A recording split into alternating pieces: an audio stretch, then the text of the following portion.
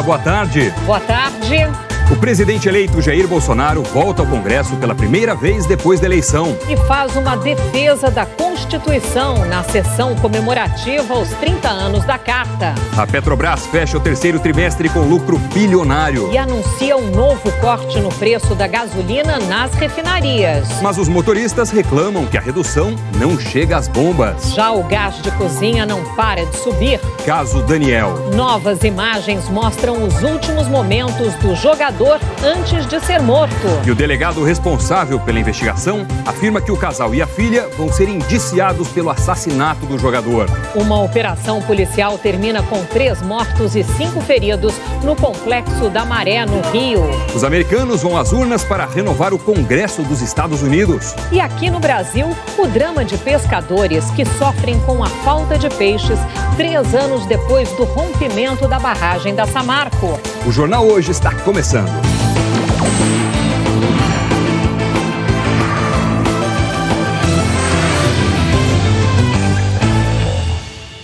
O casal Edson e Cristiana Brites e a filha deles, Alana, vão ser indiciados pelo assassinato do jogador Daniel, do São Paulo, ocorrido no dia 27 do mês passado, em São José dos Pinhais, no Paraná. O inquérito ainda está em andamento e a repórter Vanessa Rumor tem mais informações sobre isso. Boa tarde, Vanessa. Oi, Sandra, uma ótima terça-feira a todos que nos acompanham aqui no Jornal Hoje. Olha, o delegado Amadeu Trevisan, que comanda as investigações, deve ouvir agora à tarde mais 4 testemunhas. São pessoas que estavam na casa da família Brites na festa de comemoração do aniversário da Alana, que é a filha, do casal Brites, e a Alana, o Edson, empresário, e também a esposa Cristiana estão presos aqui em São José dos Pinhais, na delegacia aqui na região metropolitana de Curitiba. Hoje estava previsto o depoimento do pai de Alana, o empresário Edson Brites, mas de acordo com o delegado, esse depoimento foi adiado para amanhã porque o advogado que defende o empresário não compareceu à delegacia.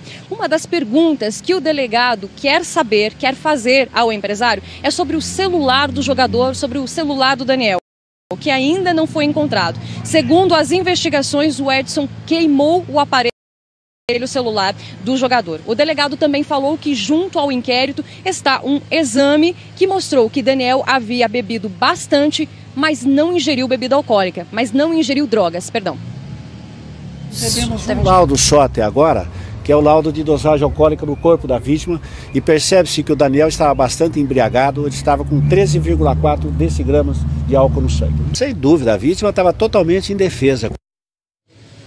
Olha, o delegado também que cuida do caso, o doutor Amadeu Trevisan, pretende encerrar o inquérito até o fim desse mês e, além da família Brites, deve indiciar pelo menos mais 3 pessoas que teriam ajudado Edson Brites. Eu vou imputar para eles o crime homicídio qualificado. É homicídio qualificado, eles deverão responder por isso perante um tribunal do júri, perante um plenário. Houve muito tempo para que esse crime fosse evitado. O Edson teve tempo para pensar nesse crime. Não foi assim de violenta emoção. E outra, violenta emoção dele, que seria o marido. E os demais que participaram? Participaram a título de quê? Participaram levados a quê? A violenta emoção também? Acredito que não.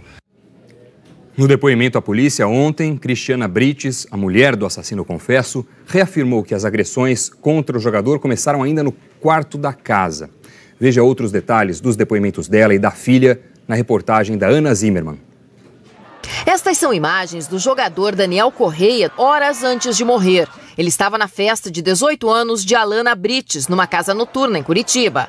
De lá, alguns convidados continuaram a comemoração na casa da família, em São José dos Pinhais, já com o dia amanhecendo. Foi nessa hora que o pai de Alana, Edson Brites Júnior, espancou e matou o jogador, conforme ele mesmo confessou em uma entrevista em que disse que Daniel tentava estuprar a mulher dele. Eu agi na emoção, eu agi na raiva, eu agi no sangue quente, eu agi sem pensar, eu estava desesperado. Ele, a filha e a mulher estão presos desde a semana passada. Ontem as duas foram ouvidas pelo delegado Amadeu Trevisan. Cristiana Brites disse que só tinha visto o jogador no ano passado, na festa de 17 anos da filha, e que nunca trocou uma palavra com ele. Cristiana falou que havia bebido e, quando chegou da casa noturna, foi dormir no quarto do casal. No depoimento, disse que, enquanto dormia, acordou com Daniel deitado em cima dela e começou a gritar, assustada. Segundo ela, Daniel estava apenas de cueca e passava a mão pelo corpo dela. Cristiana disse que o marido arrombou a porta e segurou Daniel pelo pescoço, iniciando as agressões ainda dentro do quarto. Alana Brites disse que quando chegou ao quarto dos pais, Daniel tentava falar, mas o pai o segurava pelo pescoço. Alana disse que 3 convidados ajudaram nas agressões e que o pai arrastou Daniel para fora de casa. Ela contou que o pai colocou o carro de ré perto de onde Daniel estava e abriu o porta-malas. No depoimento, ela disse que eles saíram de carro e que seu pai voltou abatido. A defesa da família de Daniel nega que ele tenha tentado estuprar Cristiana. Antes de confessar o crime, Edson ligou para a mãe do jogador, como se não tivesse nenhuma participação no caso, e também para um amigo de Daniel. Este telefonema foi na segunda-feira da semana passada, quando a polícia começava a investigar o crime. A gravação faz parte das investigações. A gente quer ajudar de qualquer forma. O que a gente pode fazer? Que a gente pode dar depoimento, a gente pode ir na delegacia, a gente quer ajudar e a gente também está desesperado, cara. Edson Brites Júnior termina a conversa falando sobre a amizade de Daniel com a família. A Lana tá em choque, cara. Meu Deus, tive que dar até calmante pra Lana, cara. Meu Deus, sem palavra. Imagina, ele veio de longe só pra vir no aniversário dela, cara. Ele era uma pessoa muito querida pela gente. 3 pessoas morreram e 5 ficaram feridas durante uma operação da Polícia Militar no Complexo da Maré, na zona norte do Rio. Pela manhã, mais 2 pessoas foram baleadas no Morro do Alemão. A reportagem é de Danilo Vieira. Na entrada do hospital, a mulher aflita busca notícias do filho. Minutos depois, a confirmação. Meu filho foi embora. A amiga tenta prestar algum consolo, mas o que dizer? O que fazer? Quando as duas se levantam, dá para ver nas costas da camiseta a marca. A mão espalmada em sangue. Foi uma operação na calada da noite, no meio da madrugada. Por volta de 1 da manhã, homens do BOPE entraram no Complexo da Maré e trocaram tiros com traficantes. Os confrontos foram mais intensos na favela Nova Holanda e Parque União. 8 pessoas foram baleadas, 3 morreram.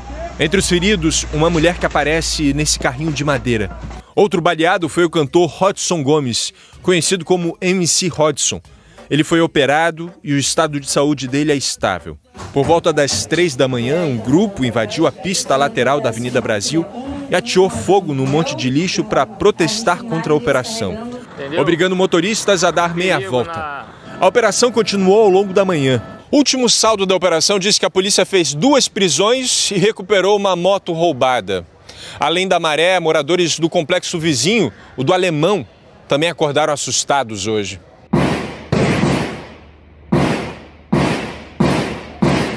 Tantos tiros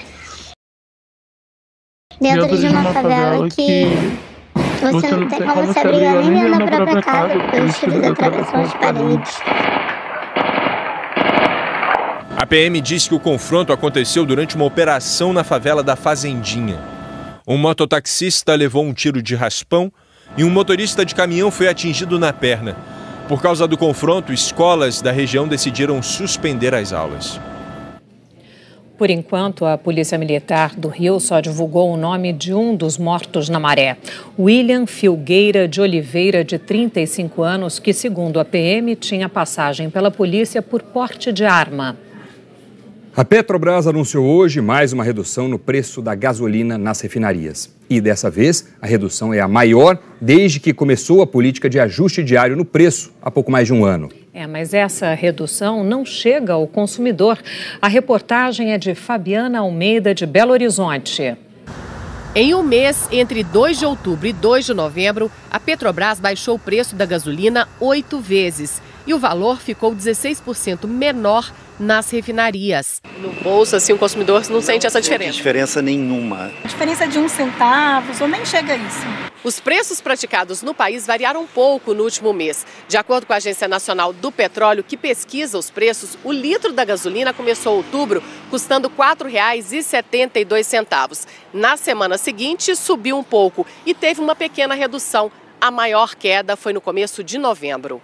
O caminho que a gasolina percorre até chegar ao tanque do carro é longo. A Petrobras é quem produz ou compra a maior parte do combustível usado no Brasil. Depois, a gasolina é misturada ao etanol e vai para as distribuidoras. Caminhões-tanque levam aos postos de abastecimento, onde os donos vão definir o preço final vendido na bomba. Eles sabem que vão recuperar um prejuízo dos últimos anos, né? O país está em crise, está em recessão. Então, as vendas foram menores. Então, nesse momento, agora, você consegue, inclusive, recuperar a margem. A gasolina ser cara no Brasil não é uma culpa exclusiva do dono do posto de gasolina, mas ele acaba tendo um papel fundamental quando é com ele que você vai conversar, é com ele que você vai abastecer seu carro.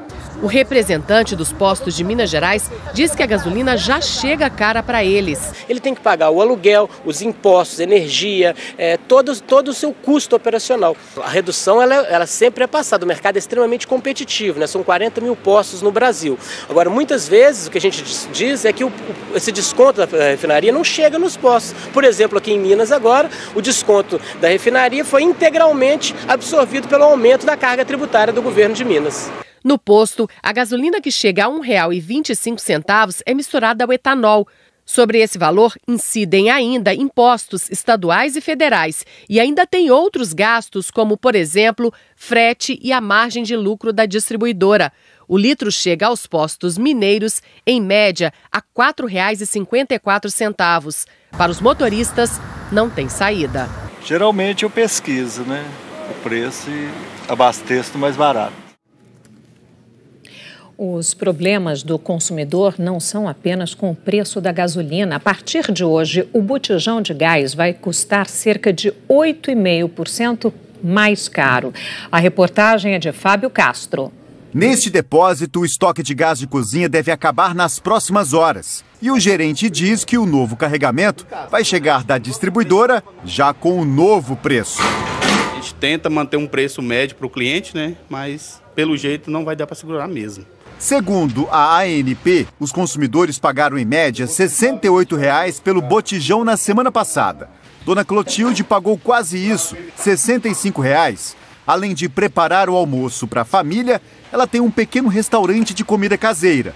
E ela já calculou como deve ser o preço de cada um dos 8 botijões que compra por mês. R$ 70,52, né? Tem um aumento e não vou ter poder repassar para o meu cliente. O gás de cozinha está no topo de gastos da cozinheira. E a saída vai ser buscar alternativas. Vou comprar verdura, as frutas mais baratas, verdura mais barata, comprar uma carne de qualidade, mas que seja um preço mais acessível, para me poder estar adequando com o preço do gás. Para uma família que vive com um salário mínimo e compra um botijão por mês, o gás de cozinha já representa 8,5% dos gastos. Parece pouco, mas somado a outros aumentos, pesa muito. Quando isso se dá em cadeia, em todos os itens de alimentação, acaba sendo um valor difícil de administrar para quem ganha uma renda abaixo de 2, 3 salários mínimos. A única saída é ter mais controle com outros gastos, mas nesse caso, para o povo, né, para a população, não há muita saída. Se você somar no final do ano, pesa bastante no bolso, né?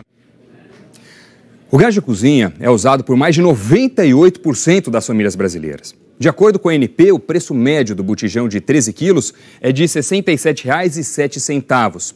O menor valor registrado no levantamento divulgado hoje foi de R$ 53,00 e o maior de R$ 102. E o que entra no valor de um botijão? Segundo a Petrobras, do preço final que você paga em casa, 34% ficam com a empresa. É o custo de produção do GLP, despesas com funcionários, extração, impostos da operação, margem de lucro também. Outros 19% são impostos e contribuições que incidem após a saída do gás a granel da refinaria, sendo 3% impostos federais, PIS, PASEP, COFINS, e 16% impostos estaduais, ICMS. Da refinaria, o gás vai para uma distribuidora que o invasa em botijões. De lá, segue para as revendedoras e então até a sua casa. Somadas, as fatias da distribuidora e da revendedora respondem por 47% do preço final. E o professor de economia do INSPER, Otto Nogami, explica por quê. O distribuidor vai na refinaria, retira o produto, invasa, passa para a revenda e da revenda, então, ele chega ao consumidor final. Então, nesse processo todo, nós temos custos e temos também o frete, né, na distribuição do produto. Então, quanto mais distante estiver o ponto de consumo, claro, o fator frete pressiona sobre preços e aí o consumidor vai pagar um preço mais elevado. Tem o lucro do empresário, tá? E aí então forma-se o preço final para o consumidor. Em nota, o Sindicato Nacional das Empresas Distribuidoras de Gás Liquefeito de Petróleo disse que de setembro do ano passado até setembro deste ano, o preço do gás de cozinha subiu pouco mais de 15% para o consumidor, enquanto que o valor do gás na refinaria subiu, no mesmo período, quase 30%. A Petrobras anunciou que teve lucro líquido de 6,644 bilhões de reais no terceiro trimestre deste ano. O valor é alto, mas representa uma queda de 34% em relação ao lucro do trimestre anterior. Esse resultado, abaixo da expectativa, provocou uma queda no valor dos papéis da estatal negociados na Bolsa de Valores de São Paulo hoje de manhã. Mas comparado com o terceiro trimestre do ano passado, o lucro da Petrobras anunciado hoje foi 25 vezes maior. No noticiário internacional, um relatório registrou 69 atos racistas graves na Itália nos últimos 5 meses. Uma mulher cansada de racismo contra imigrantes resolveu enfrentar um agressor. A cena foi filmada e vista por mais de 1 milhão de pessoas na internet. Veja na reportagem da correspondente Ilse Scamparini. Neste vídeo que se tornou viral na Itália, num trem de Nápoles, uma mulher enfrenta um homem que dirige palavras racistas a um paquistanês. No vídeo, a mulher chama o agressor de racista e diz que ele deveria se envergonhar de si mesmo. Ele ameaça a mulher e ela responde que se ele levantar as mãos, bate nele com um guarda-chuva. O agressor então diz: "A Itália não é deles", referindo-se ao imigrante, "é nossa". A mulher do trem continua: "Prefiro que a Itália seja deles do que de pessoas como você, racista e fascista". De junho até outubro deste ano, 69 atos graves de racismo foram registrados na Itália. Neles, algumas pessoas foram mortas, outras espancadas com violência.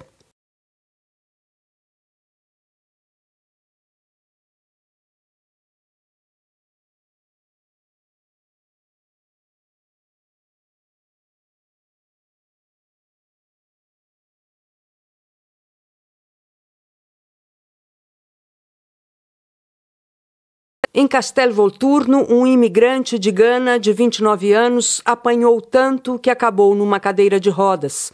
As estatísticas fazem parte do dossiê do Partido Radical. Desculpem se não morremos afogados. As manifestações de ódio e intolerância estão aumentando no país. Em 28 de outubro, nos 96 anos da Marcha de Roma, quando o Partido Fascista desafiou a monarquia e ameaçou tomar o poder, 2.000 pessoas foram a Predápio, cidade onde está o túmulo de Benito Mussolini. Os nostálgicos do ditador fizeram uma passeata a favor do ministro do Interior, Matteo Salvini, e com a saudação fascista.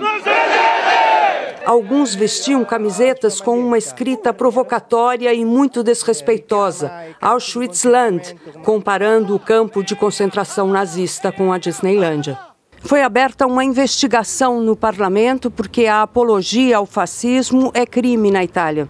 Esta semana, o Papa Francisco, ao falar do perigo do antissemitismo, denunciou a presença de comportamentos de aversão aos judeus. Começou hoje na Alemanha o julgamento de um ex-guarda de um campo de concentração nazista. O homem de 94 anos chegou ao tribunal na cidade de Münster de cadeira de rodas. A justiça divulgou apenas o primeiro nome dele, Johann, e não permitiu que se mostrasse o rosto. Ele é acusado de cumplicidade em centenas de assassinatos que ocorreram quando era guarda no campo de concentração de Stutthof, onde estima-se que 65.000 pessoas tenham morrido durante a Segunda Guerra. De acordo com o promotor, a Alemanha tem uma obrigação moral e legal de punir os crimes cometidos pelos nazistas. Bom, chegou a hora da gente falar do tempo aqui no Brasil. O Thiago Scheuer já está aqui com a gente. Thiago, primavera começou já faz aí 1 mês e pouco. A gente já viu frio, já viu chuva. A gente está vendo um pouco de tudo, né? Tudo. É assim mesmo. É assim mesmo. Boa tarde para vocês, para você em casa também. É normal isso, tá? A primavera é assim mesmo, mistura, né, de várias coisas. É uma estação de transição. Isso significa que a gente está saindo então de um período seco, que é o inverno, e caminhando para uma época chuvosa, que é o verão. A primavera ela acaba fazendo uma grande bagunça enquanto caminha de um extremo para o outro. Olha essa gangorra aqui, é mais ou menos isso, ó. Tem características do inverno, frente fria e tempo chuvoso, e também do verão, calor e pancadas de chuva. E assim vai pendendo mais para o verão. Hoje, por exemplo, a primavera está com mais cara de verão na maior parte do Brasil. Olha quantas nuvens de chuva aí, com risco de temporais, principalmente aqui no centro do país, pegando Goiânia, Goiás, também Distrito Federal, até Mato Grosso com esses riscos. Em Brasília, Goiânia, como eu falei, e Palmas, a chuva até deve ser mais forte agora à tarde, destaque para Brasília, com 24 milímetros é bastante chuva. Já em Cuiabá, Porto Velho e Rio Branco, aí os riscos são de temporais com raios e também ventos fortes nas 3 capitais aí. E nas outras regiões também chove forte assim? Olha, Doni, forte assim não, mas também tem chuva, né? Um pouquinho mais fraca em Mato Grosso do Sul, Amazonas. Você pode olhar toda essa área aqui, ó, em verde mais claro. Roraima, pega também o Amapá, desce até a Bahia e pegando também sul de Minas Gerais e norte de São Paulo, oeste do Rio Grande do Sul. Claro que tem também o tempo mais firme, né? Entre aqui o Ceará e também o Recôncavo Baiano. E aqui no sul do Brasil, pega Rio Grande do Sul, entra aqui por São Paulo e vai até Minas Gerais, também nas áreas em amarelo. Para amanhã, quarta-feira, muda alguma coisa? Então, amanhã tem alguns avisos que é bom a gente deixar mais claro, né? Você vai olhar aqui, ó. Tem esse aviso primeiro aqui no centro do Brasil, pegando aqui Goiás, Distrito Federal, também parte aqui de Mato Grosso e de Minas Gerais, aí sim temporais com chuva volumosa. Depois aqui entre Rio de Janeiro e pegando essa parte toda em amarelo, vai aqui pelo Pará, desce até Mato Grosso e pega também parte de Minas Gerais, aí sim temporais e tem rajadas de vento forte, né, previstas aqui para baixo, lá no sul do Brasil. É bom todo mundo ficar atento a isso. Ok, obrigada. Até mais, gente. Valeu. O presidente eleito Jair Bolsonaro disse hoje que a Constituição é o único norte da democracia. Foi durante uma homenagem aos 30 anos da Constituição Federal. A reportagem é da Gioconda Brasil. O avião pousou na base aérea às 8h55 da manhã. Trouxe Jair Bolsonaro pela primeira vez a Brasília depois que ele foi eleito presidente. O comboio partiu direto para o Congresso, para a sessão solene em homenagem aos 30 anos da Constituição, com direito a tapete vermelho e segurança reforçada. Ao chegar ao Congresso, Jair Bolsonaro foi direto para o gabinete do presidente do Senado, Eunício Oliveira, do MDB, se encontrar com as autoridades e com os presidentes dos demais poderes. Juntos, todos vieram aqui para a Câmara para dar início à solenidade. O presidente da República, Michel Temer, da Câmara, Rodrigo Maia, do Supremo Tribunal Federal, ministro Dias Toffoli, e a Procuradora-Geral da República, Raquel Dodge. Bolsonaro ocupou um dos lugares da mesa, cantou o hino nacional, tirou fotos e foi cumprimentado por parlamentares, muitos dos quais colegas que conviveram com ele durante os 28 anos de mandato como deputado federal. Eunício Oliveira destacou que o encontro de Bolsonaro, Temer e do ex-presidente José Sarney é um retrato do espírito democrático da Constituição. Atuar com civismo cria laços de respeito à população. Essa é a história da nossa Constituição. Por isso, devemos sempre respeitá-la e principalmente cumpri-la. A procuradora Raquel Dodge afirmou que o cumprimento da Constituição garante as liberdades coletivas e individuais, como a de imprensa e a de expressão, e fortalece o combate à corrupção. Nossa Constituição reconhece a pluralidade étnica, linguística, de crença e de opinião, a equidade no tratamento e o respeito às minorias. Garante liberdade de imprensa para que a informação e a transparência saneiem o conluio e revelem os males contra os indivíduos e o bem comum. O presidente do Supremo Tribunal Federal destacou as conquistas da Constituição.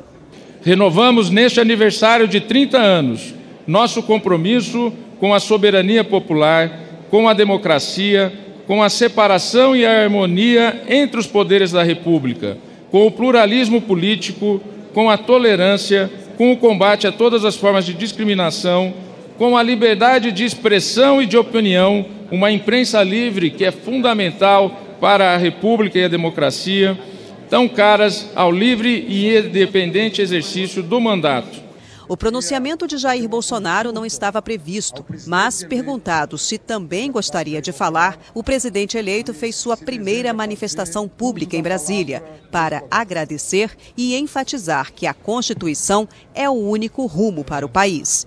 Estamos aqui num dos centros do poder. Juntos, Executivo, Legislativo e Judiciário, tem um compromisso, como agora há pouco discursou aqui o nosso presidente do Supremo Tribunal Federal, ministro Toffoli.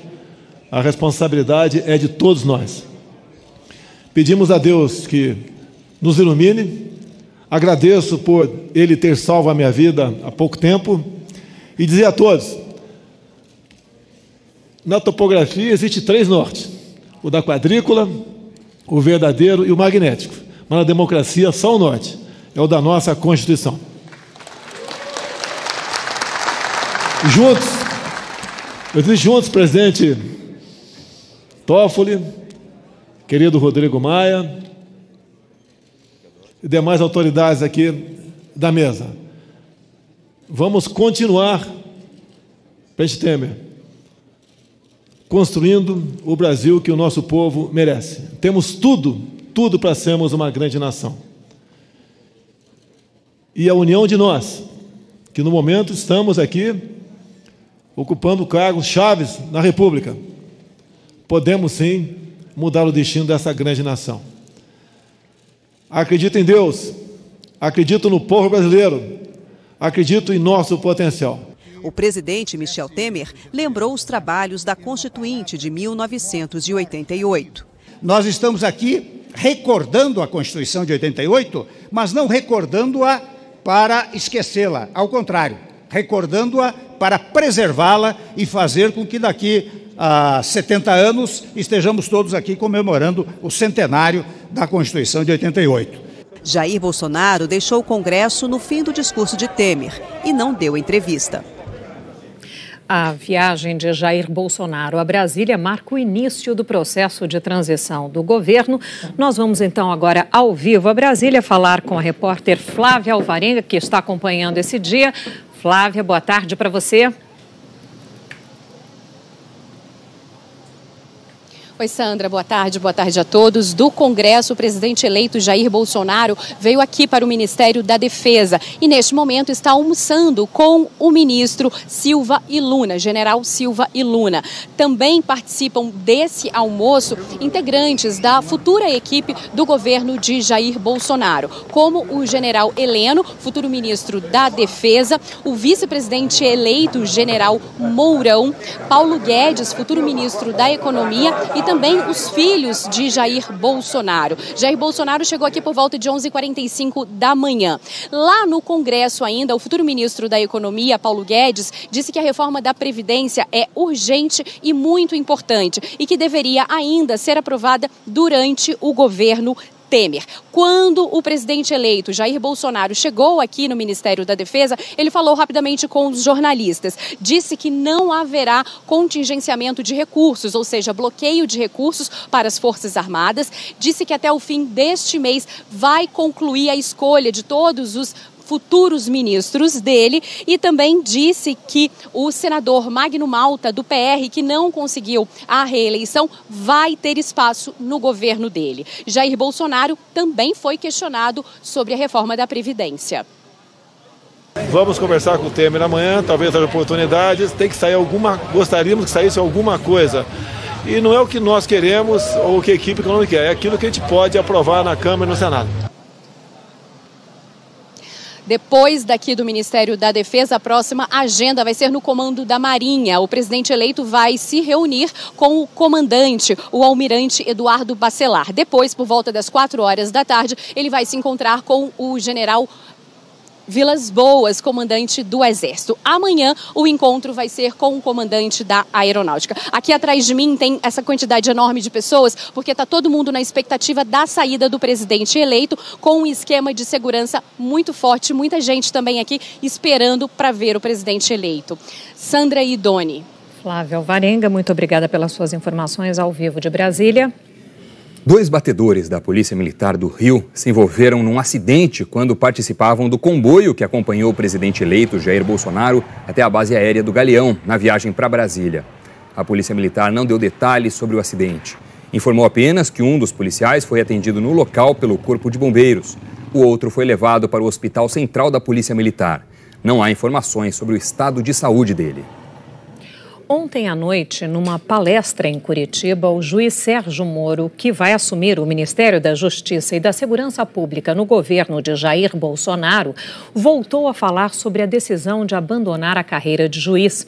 Ele disse que não pretende se transformar em político e que vai assumir para fazer um trabalho técnico.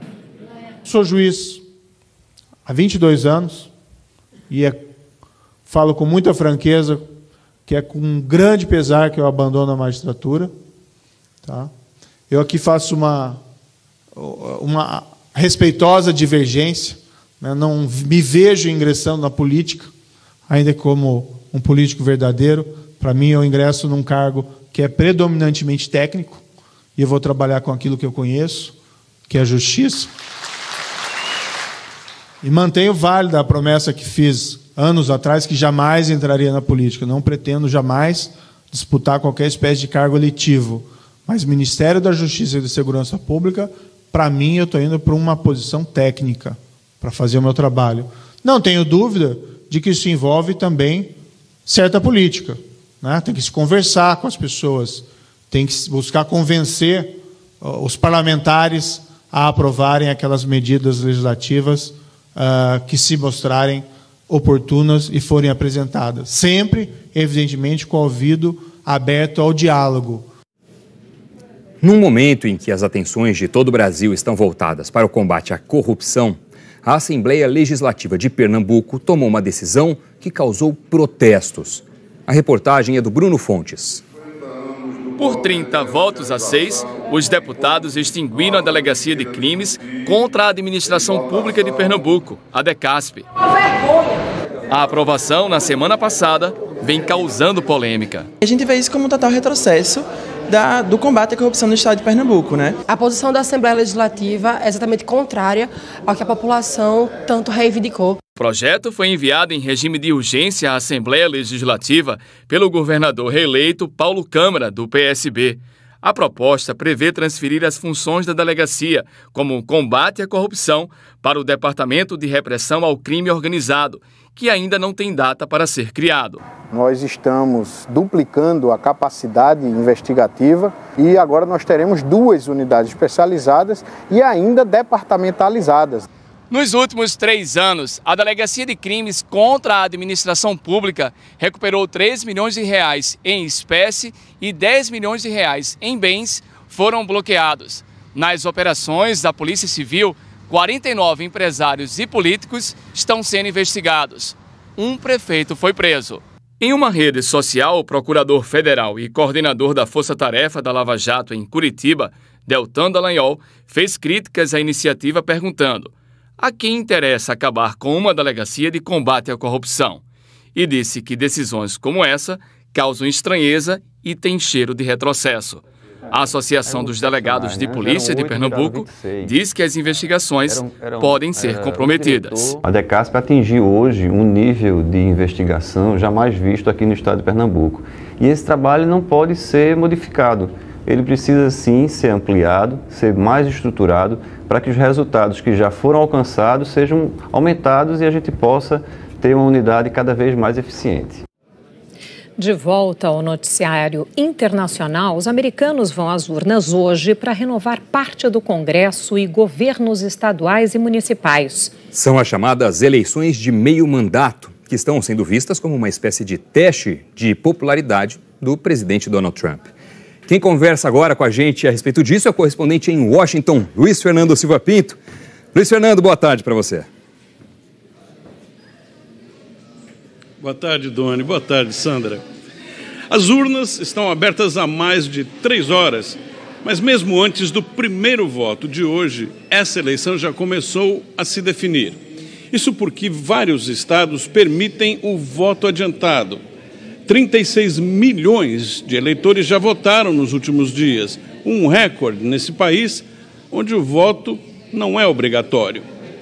Esse comparecimento alto às urnas não é um bom sinal para o partido de Donald Trump, o republicano.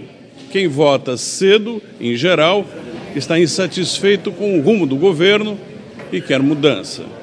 Se essa tendência for suficiente para eleger pelo menos 218 deputados e deputadas federais da oposição, isso dará ao Partido Democrata o controle da Câmara e tornará o exercício da presidência um pouco mais difícil para Donald Trump. As iniciativas políticas dele serão reexaminadas ou suspensas. Exemplos: as restrições contra imigrantes, a construção do muro na fronteira, a guerra de tarifas contra outros países. Além disso, Trump poderá ser investigado com muito mais seriedade sobre ligações com a Rússia ou possíveis sonegações de impostos no passado. E se, além da maioria na Câmara, os eleitores derem também o controle do Senado aos democratas, o quadro ficará delicado para Trump, porque o Congresso terá poder para levar adiante até um processo de impeachment contra ele. Essa eleição também será marcada pela diversidade dos candidatos. Veja na reportagem de Felipe Santana. Ela pode se tornar a primeira governadora negra da história dos Estados Unidos. E logo na Geórgia, um dos estados que lutaram na Guerra Civil Americana contra o fim da escravidão. O estado nunca elegeu um negro para governador. Ou uma mulher. Stacey Abrams começou bem atrás nas pesquisas, mas agora empatou com o candidato republicano Brian Kemp. Conta com a ajuda de gente como Barack Obama e Oprah Winfrey. Os dois foram ao estado fazer campanha para candidata democrata. Paulette Jordan é descendente de várias tribos nativas da região do estado de Idaho, todas vítimas de massacres na época da colonização. E hoje pode se eleger a primeira governadora indígena da história dos Estados Unidos. No estado de Vermont, a chefona da cooperativa de distribuição elétrica, Christine Hawkins, é candidata ao governo. A primeira transgênero da história a entrar nessa disputa. 21 candidatos ao Congresso e 4 a governos de estados são gays, lésbicas, bissexuais ou transgêneros, o que está sendo chamado pela imprensa americana de uma onda arco-íris. Entre os quase 1.000 candidatos ao legislativo e aos governos estaduais, mais de um quarto é mulher. Marsha Blackburn pode se eleger a primeira senadora da história do Tennessee. E outros 25% são hispânicos, negros, asiáticos, indígenas ou se consideram mestiços. O número de candidatos homens, brancos, é o menor das últimas 4 eleições, 58%. Os analistas dizem que um escopo mais variado de candidatos pode ter impacto na representação política, mas que não deve mudar muito a cara da Câmara e do Senado. A seguir, os reflexos do rompimento da barragem de Fundão há 3 anos. Os pescadores ainda sofrem com a falta de peixes no Rio Doce e no litoral. A gente volta já.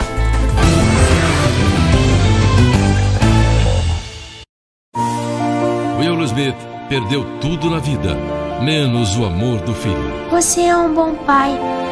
Eles vão seguir lado a lado à procura da felicidade. Nós vamos sair dessa. Tudo vai se resolver, tá bom? Uma história real e inspiradora. Se você tem um sonho, tem que correr atrás dele. Hoje, na Sessão da Tarde. Na Claro agora eu tenho o dobro de internet pra ver filmes, séries e vídeos. Ainda uso um monte de app limitado sem gastar minha internet. É tudo que a minha família mais usa, ilimitado. E isso no 4.5G até 10 vezes mais rápido.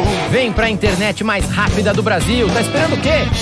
Claro, você merece o novo. Sabe aquela história de que menos é mais? Com o crédito da Caixa é mais ou menos assim. Menos juros para pagar, mais funcionários para ajudar a Neide. Menos tempo para receber. Mais fácil para o Jorge aumentar o estoque. Menos preocupação com o 13º. Mais tranquilidade para a Luísa cuidar do seu negócio. Experimente na sua empresa. Procure menos. Encontre mais vantagens na Caixa. O maestro rege a orquestra para a perfeita sintonia de todos os instrumentos. E o coração precisa pulsar no ritmo certo para a perfeita harmonia de todo o corpo. Cansaço e falta de ar são sintomas de arritmia cardíaca, doença que pode levar à morte súbita. Consulte um cardiologista, o melhor regente do seu coração. Uma campanha da Sociedade Brasileira de Arritmias Cardíacas. Apoio Rede Globo.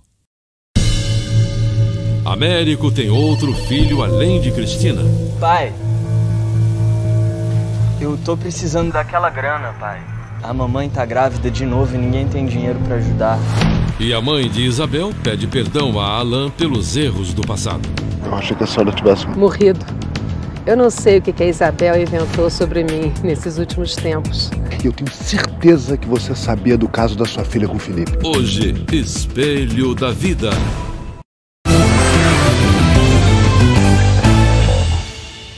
Três anos depois do rompimento da barragem da Samarco, em Minas, pescadores ainda sofrem com as consequências da tragédia. A lama de rejeito de minério invadiu o Rio Doce e em muitas cidades no Espírito Santo não há mais peixes.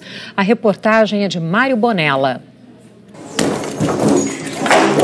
Durou 32 anos, mas a peixaria que dependia da pesca no Rio Doce ficou sem utilidade. Como é que você vai pescar se você não vende o peixe? Aí não tem jeito.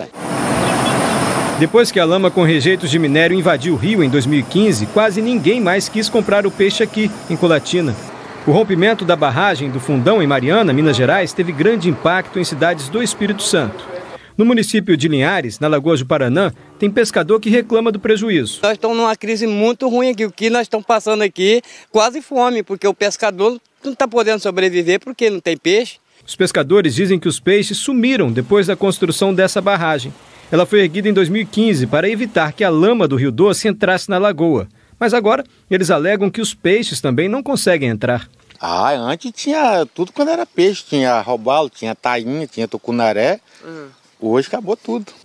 Para compensar as pessoas que tinham algum trabalho relacionado ao rio e ao mar e tiveram prejuízo, a Fundação Renova informa que aqui no Espírito Santo já gastou mais de 420 milhões de reais, com indenizações e um auxílio financeiro, que equivale a um salário mínimo e mais uma cesta básica.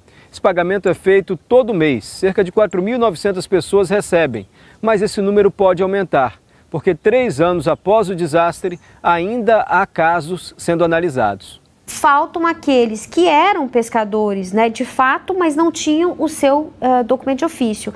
E tem uma grande parte também dos pescadores que era pescador, mas que era trabalhador informal, né, que fazia vários outros ofícios.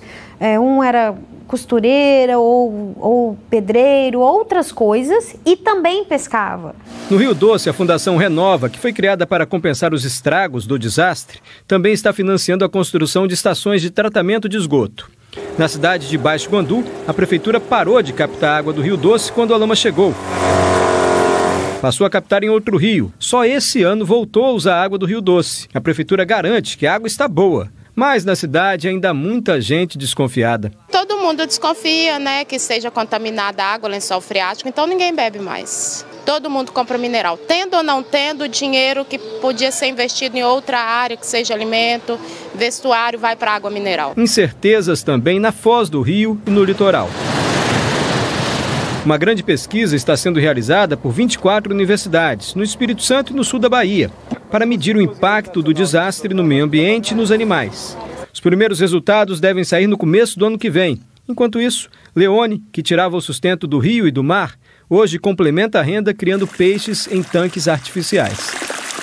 Eu tenho um neto que chega para mim e fala assim, cara, poxa, vovô, hoje nós não podemos comer um peixe. Como é que nós vamos fazer? Nós não podemos tomar um banho. Primeiro o senhor pegava nós, botava no barco e ia lá para o rio para a gente tomar um banho, ver se eu mirar a rede. Hoje o senhor não pode fazer isso. A seguir, separatistas sequestram 80 estudantes na República de Camarões. E a justiça dá 3 meses para o rei da Bélgica fazer um teste de paternidade. A gente volta já.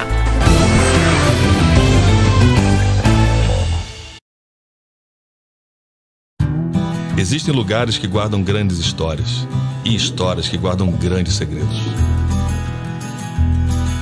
Finalmente eu vou ter meu acerto de contas com o Serroso. Quando eu vejo alguma coisa enquanto eu durmo, depois ela acontece.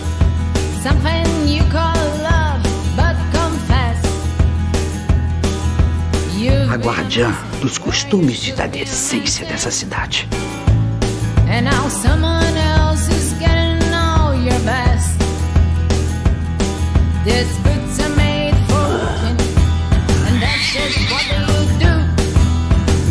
Os meus problemas eu resolvo. Sou doido da cidade, ninguém liga porque eu digo. Well, maybe.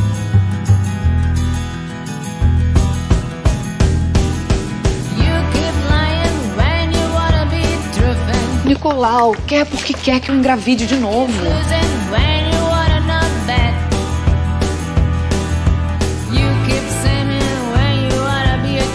Eu não vou descansar enquanto não destruir você.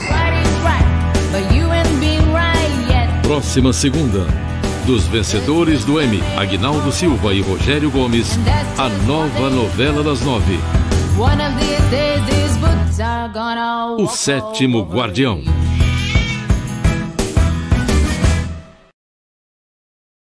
Atenção, aposentado, pensionista e servidor público. Está negativado? A Crefisa tem dinheiro para você. Ligue agora ou vá até uma Crefisa e confira. Tenha dinheiro na mão. Contrate também pelo site ou aplicativo. Crefisa, sempre ao seu lado. Sujar toda a casa com respingos de tinta. Pintar não precisa ser complicado. Chegou o Renova, o creme de pintura da Coral. Menos respingos, menos sujeira. Não complique, pinte com Coral Renova.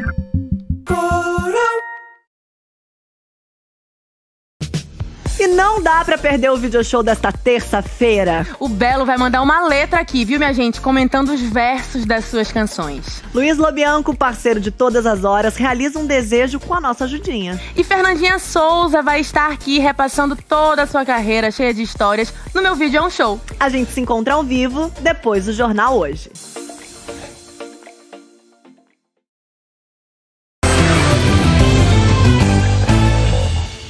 Um grupo de separatistas armados sequestrou 80 estudantes e 3 funcionários de uma escola presbiteriana na República de Camarões. Os estudantes sequestrados têm entre 11 e 17 anos. Eles foram levados de um vilarejo perto da cidade de Bamenda. Os conflitos na região aumentaram depois que o presidente Paul Biya venceu o 7º mandato no mês passado, neste país de 20 milhões de habitantes na área central da África. Segundo os Estados Unidos, a eleição de Paul Biya foi marcada por irregularidades. Na Bélgica, a justiça deu 3 meses para o rei Albert II fazer um teste de DNA que pode esclarecer se ele teve ou não uma filha fora do casamento. Albert II, de 84 anos, abdicou do trono em 2013. Ele já reconheceu que seu casamento passou por momentos difíceis, mas nunca admitiu ser pai da artista plástica Delphine Bouel, de 50 anos. Se ele não fizer o teste, vai ser considerado legalmente pai dela. O atual monarca da Bélgica é o filho mais velho de Albert, o rei Felipe. O Jornal Hoje termina aqui. Você acompanha outras notícias no Jornal Nacional. Boa tarde. Amanhã a gente se vê. Tchau. Ótima tarde para você. Até amanhã.